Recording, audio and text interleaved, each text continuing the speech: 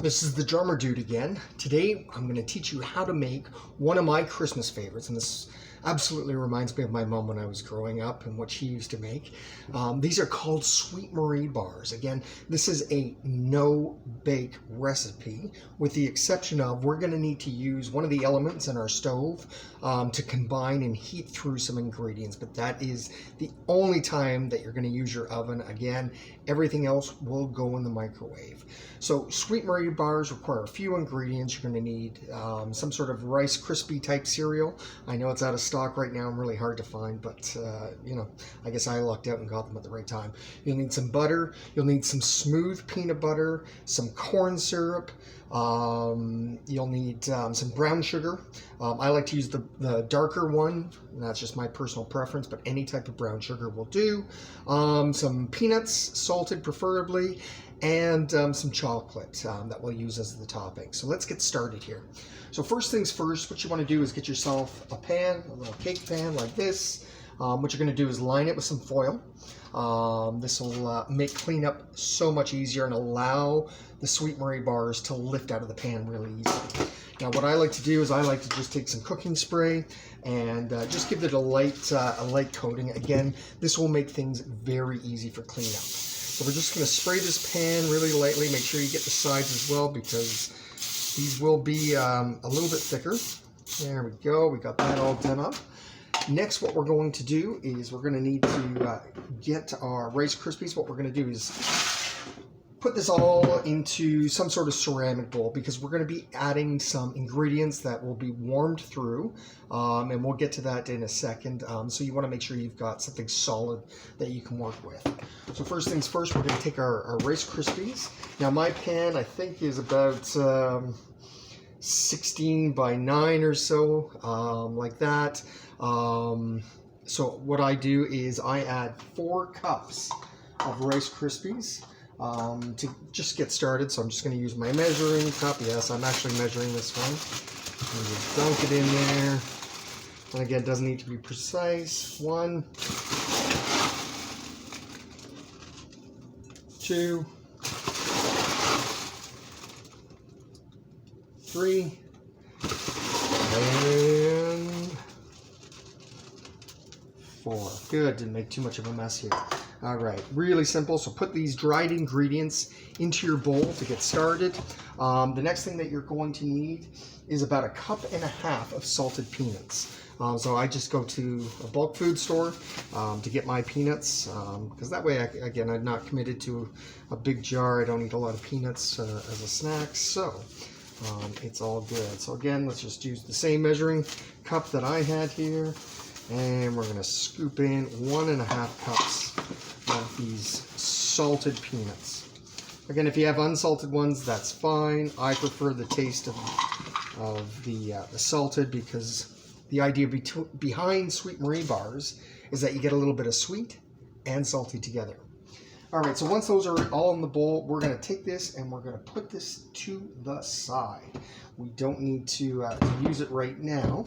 The next thing that we're going to do is we are going to get about 1 cup of peanut butter.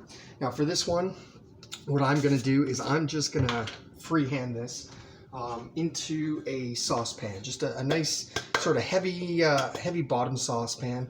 When we do heat this through, we are not going to bring it to a boil. So the whole idea of combining sort of some of these wetter ingredients is just to combine it, get it at a low heat, just again so it melds all of the ingredients together. So we're just going to use some smooth peanut butter. And again, this is going to call for 1 cup of peanut butter. We're still going to need peanut butter after this. Let's just add a little bit more. There we go. All right. So we got the peanut butter all into our saucepan. The next thing that we're going to need is about 1 cup of corn syrup. Any brand of corn syrup will do here. Again, I'm going to use that same measuring cup that I used for the Rice Krispies. It's 1 cup of corn syrup. So let's just get this all combined in here.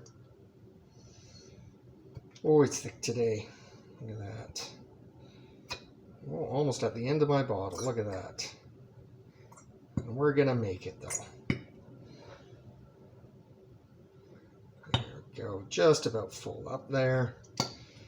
And what I like to do is just take a standard kitchen utensil knife, as you call it, butter knives, and just make sure that we combine all of this corn syrup into the mix. Don't want to waste anything, plus it makes cleanup a lot easier. So we'll combine these ingredients into the saucepan here. Let's get this going here. Excellent.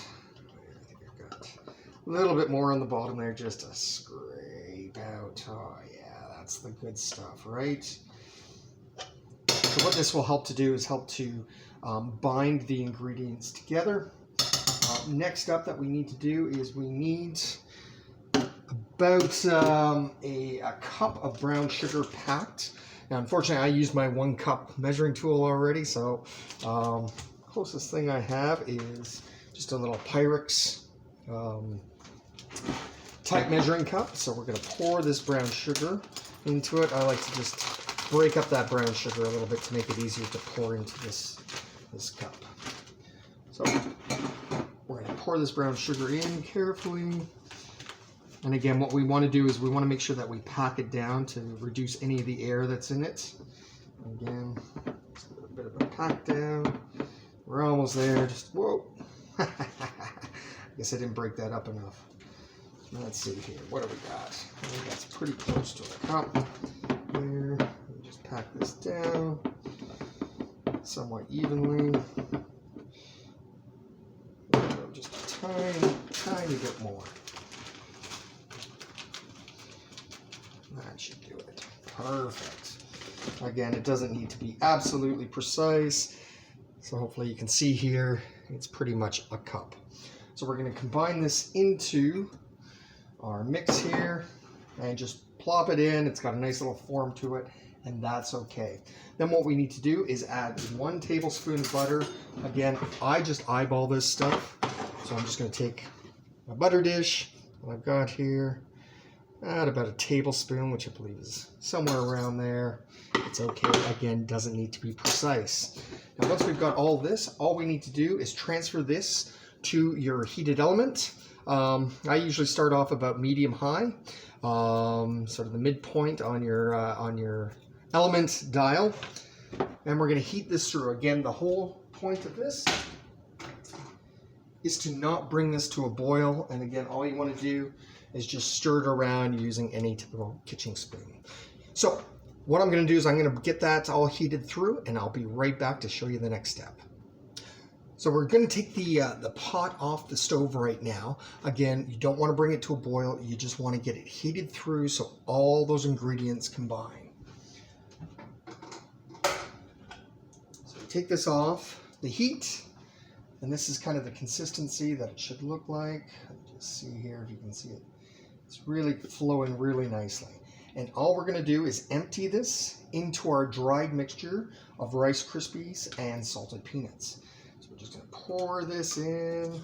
Let's scrape that pan really good. Make sure we combine all those nice ingredients together. And we're just going to get this all into that bowl.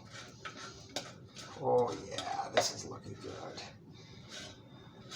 It almost looks like caramel when you make homemade caramel. Very, very similar to the look and the consistency. So I'm going to get all these ingredients in here. Give it a little bit of a scrape. Oh yeah, this is awesome. All right. So once we've got that, all we're going to do now is take our spoon and we're going to combine all these ingredients together. We want to mix this up really good. Again, whoa. Always making a mess here, but that's all right. So we're going to scoop all these together, mix them all up nice. It takes a little while to do it. And what you want to do is make sure that you get even distribution of all this combined peanut butter, corn syrup, and brown sugar together into the mix. Hopefully we're distributing those peanuts fairly evenly. Don't forget about the bottom of the bowl because it's really hard. Sometimes this stuff sticks really quickly. So you gotta work fairly quickly with it. And you see it's all up there. Again, a sturdy spoon works best. Don't be afraid to turn that bowl around. And you can get your hands a little dirty if you want. There we go. Good.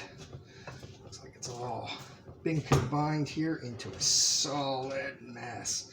And the reason why you want the stickiness is because this is going to form the base of the bar. And so you need something fairly solid on there. So working here a little bit more. I think usually I prefer to use a wooden spoon just because it doesn't bend as much as these plastic ones. So I'd highly recommend using a wooden spoon next time. And we're going to get all this good stuff out. Oh. So we use a little kitchen helper called just a table knife here. There we go. Let's get all that good stuff in there. All right, so the next step, once we've got all this together, is we want to transfer all of this into our cake pan, or little square or rectangular pan that you might be using. Again, if you have a smaller pan than the one that I'm using, you can just basically half all the ingredients and you'll get the same effect. All right, so let's transfer this all into our greased foil-lined pan here. Again, we'll just work it all in there. It's okay if you dump it a bit. Let's get it all in there. You can see how well it slides since we coated it all with that cooking spray. Let's get it all in here. All right, there's a lot sticking to the bowl. So what I'm going to do is grab a larger sort of kitchen spoon here. Let's get all this stuff off this old spoon. Waste not, want not. There we go. Get rid of that. And now all I'm going to do is work the sides of the bowl and get all that sticky goodness. You can see how well that corn syrup works to bind these ingredients together. Let's get all of this worked out. All right, that's looking good. All right, let's get the rest of this into the bowl here.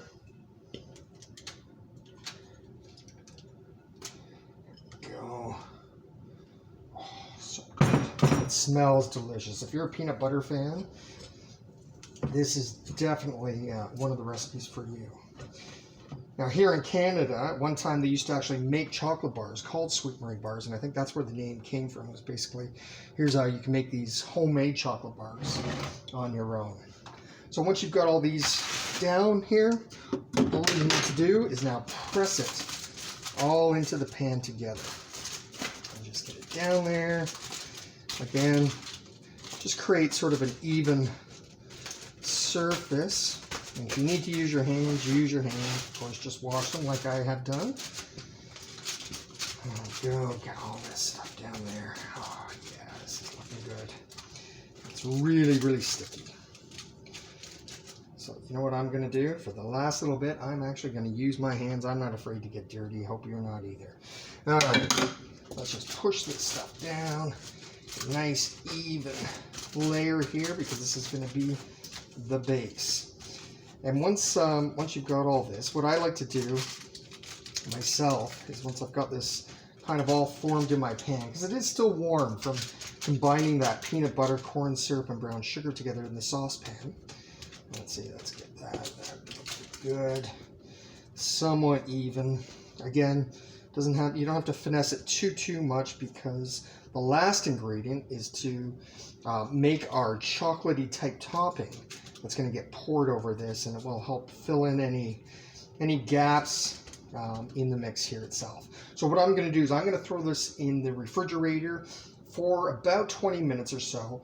Again, I want it to harden, so that way when we put the chocolate topping that we're going to make on it, it will form in properly. All right, so I'll be back in about 20 minutes to show you the next step, which is making the chocolate topping. All right, my dishes are done. I like to work quickly with these dishes because of the corn syrup that's involved. If it sets, it's really sticky and really hard to get off. So again, when you're using your mixing bowl with the Rice Krispies and the salted peanuts, try to use either glass, ceramic, or stainless steel bowl, something that will not bind to the edges as much. So I would stay away from any type of, my favorite plastic bowls. I actually don't use them for that because of the stickiness factor. So try to get your dishes done while your pan is cooling in the refrigerator. Our next step is to make our chocolatey topping that's going to go over it. So for the chocolate, of course, you want to use a semi-sweet type of chocolate like this. We need 16 ounces of it. So these packages here are usually about 8, so you need 2 of these. Again, you can use good old-fashioned chocolate chips if that's what you've got in the house, or you can find the wafers from any bulk food store, and the wafers is what I tend to prefer to use, only because I find they melt into a creamier topping. So what we're going to do is we're just going to eyeball about 16 ounces. Again, what we need to do is to be able to cover the entirety of the mix that we just made. I'm just adding these by hand. Let's see. I mean, you could use a scale if you wanted to.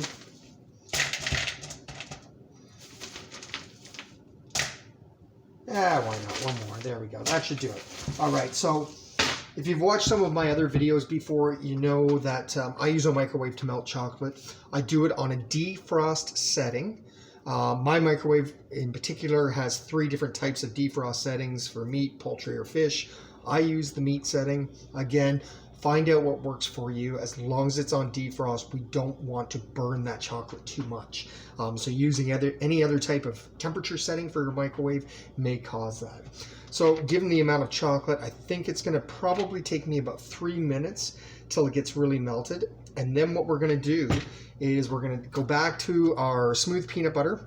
We need about half a cup of peanut butter to add into the chocolate once it's melted, along with 4 teaspoons of butter. So we'll get that combined, but we have to wait till the chocolate's melted and we'll take care of that. So I'm going to pop my bowl into the microwave for about 3 minutes. We'll see how it does. I may need to put it on for 4. I may need to put it on for 5. Again, we're going to mix it through short bursts at a time to make sure that the chocolate is melted and not bubbling. All right, we'll see you in a few minutes. All right, so my chocolate went into the microwave for a full 4 minutes. So we're just going to see here. Yeah, that's getting really nice. You can still see there was a lot of formed wafers still there, but like we've done in previous recipes, particularly when we were making the bark and stuff, what we want to do is give this a good stir, because some of those chocolate wafers will, once combined with the rest of the heated chocolate, will actually melt. Again, we don't want to overdo the chocolate melting. We definitely do not want it to burn, because it just adds a really awful taste to it. And mix this through. I might need to throw this on the heat for probably a quick burst. Actually, you know what? That's not bad. It's not bad at all. There's a few smaller wafers, so let's just keep stirring this. Our next step is to add in our peanut butter, which is a half cup of peanut butter, followed by 4 teaspoons of butter. Again, the butter I'm just going to eyeball. I mean, you can use a teaspoon. This is what it looks like. The depth, it's not very much, so this is pretty easy to eyeball. And I hate measuring stuff. I'm not that way. I just cook by feel. What's the worst that can happen? In some ways, that's the nice thing about the recipes that I'm showing you, is because they are no bake, you don't really have to get absolute precision on any of these. So I'm just going to grab my butter here, and I'm going to slice off what looks to be about 4 teaspoons, maybe just a tad more. There we go. So we're going to fold that in, and then what we need is about half a cup of smooth peanut butter, and it looks like I got about half a cup left here in my jar.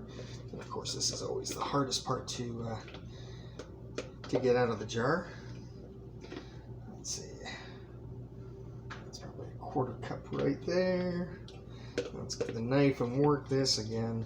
Let's clean this jar out. Yeah, this will work. Oh, come on, stay on the knife. There we go. Some of that in there. Yeah, just a tad more.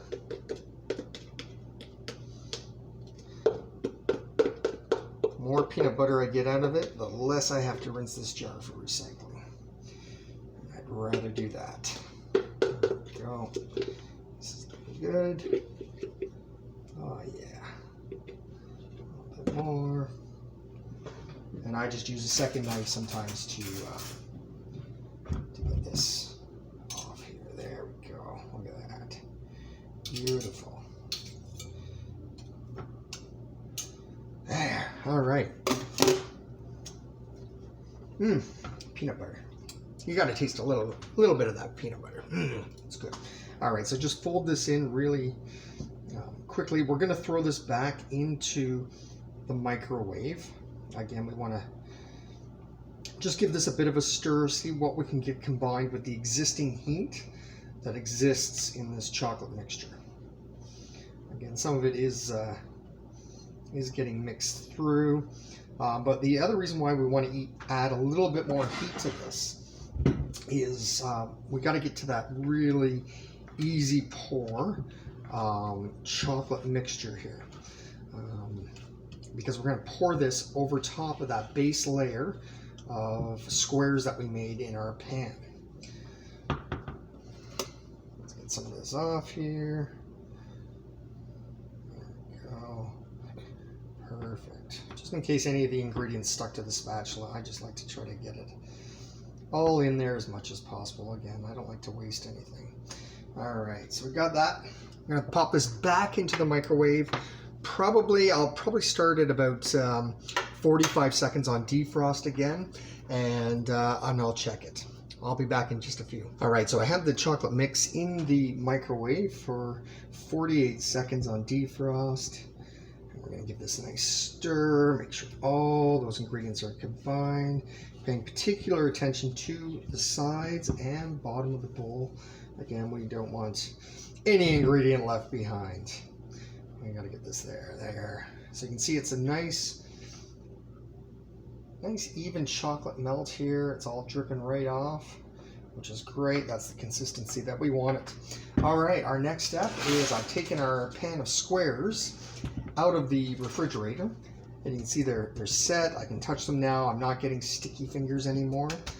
It's set really nicely, and all we need to do now is pour over mix all that chocolate topping that we just made. So using your spatula, of course, you're going to scrape that bowl nice and clean. Again, less cleanup afterwards. Get that mix all in there. There we go. Look at that. We're working this really good. So again, you want to make sure that this chocolate topping is heated up through to allow it to pour much more easily into our pan. All right, this is looking really good. There. If you got kids at home, let them lick the spoon. It's okay. You're not going to be using the spatula anymore, unless you want to use it to spread. I personally prefer kind of my tool like this. And again, I'm just going to work the chocolate over top. Again, you don't have to be fancy with it. Just make sure you get a good layer of that chocolate over top. There we go. Making sure all parts of our base layer have been covered by this. All right, a little bit more. There we go. Look at that. I want to try to keep this as even as possible. Again, the chocolate is nice because it actually helps to fill in the cracks of our base layer. If it wasn't perfectly level, that's okay. Again, these are Christmas squares. Well, you can make them anytime. They always remind me of Christmas. As I said, this was a recipe my mom used to make every year for us, and I always looked forward to it. I'm not much of a big person for baked goods, but these I really, really enjoyed. Once you've got this topping mixture all done, you can see it's fairly smooth. What I'm going to do is I'm going to pop this in the freezer for about 15 to 20 minutes. Again, I want that chocolate to set and cool. It will also make it easier when we try to take this out of the pan and off the tin foil, because now we need to cut it into squares. So the cutting aspect of it, with it being in the freezer, will make it so much easier. And I'm all about being easy. Be back in about 20 minutes. All right, so I've taken our pan out of the freezer here. This is what the finished product kind of looks like. So all I'm going to do give it a little bit of a crack there, just folding in the sides just a little bit, making sure that it comes loose. And then what we're going to do is grab our foil off the pan here, very gently like. And we're going to be able to lift out of the pan. And I like to use a cutting board with a piece of parchment on it. All I'm going to do is fold down that tin foil, and it should release very easily due to the cooking spray we used. So there we go. There is exactly what it looks like. Let me show it on this one so you can see how it looks. Now, I have my favorite knife. Again, this is a Pampered Chef knife. It's a great utility knife, thanks to Nikki from Nikki's Pampered Chef for hooking me up earlier this year with this great knife. It cost a bit of money, but let me tell you, it was worth every penny for me. So once we've got this laid out on our cutting board, all you need to do now is start to slice them. And I like to work a little bit slowly. Again, there's no method to how big you want them. You can make them as big or as little. I like them as just little squares because I'm making these all for the holiday season, and of course there's always lots of baked goods and everybody wants to try a little bit of everything and not be too committed to it. But if you want to make it as an actual chocolate bar, you could do that too. It's entirely up to you. Again, this is the part where freezing the mix is really, really important, because you can see how that knife just glides so easily through the mix and creates these perfect little slices, which is great. And it doesn't take a whole lot of pressure to do this. Again, I'm just being extra careful because when it comes to knives, you got to be careful. I made the mistake when I was about 19 years old, trying to get out to a dart league that night to play, and in a rush for dinner, and I was trying to cut apart some frozen hamburger patties that my mother had put together using a Wilshire knife, which is one of those Stay Sharp. They go in that little contraption that sharpens them every time you put it in and pull it out.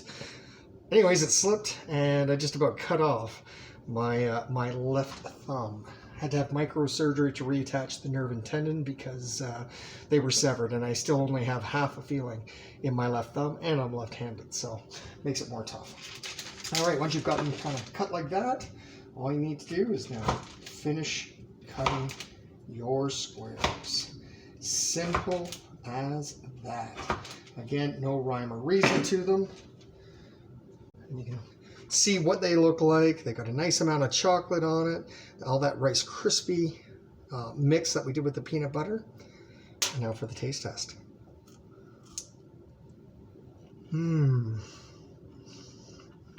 So good. Et voila, Sweet Marie bars. Simple recipe. Approximate time to make all of this, not including the setting time in your fridge and freezer, is about 30 minutes. And that includes cleanup too.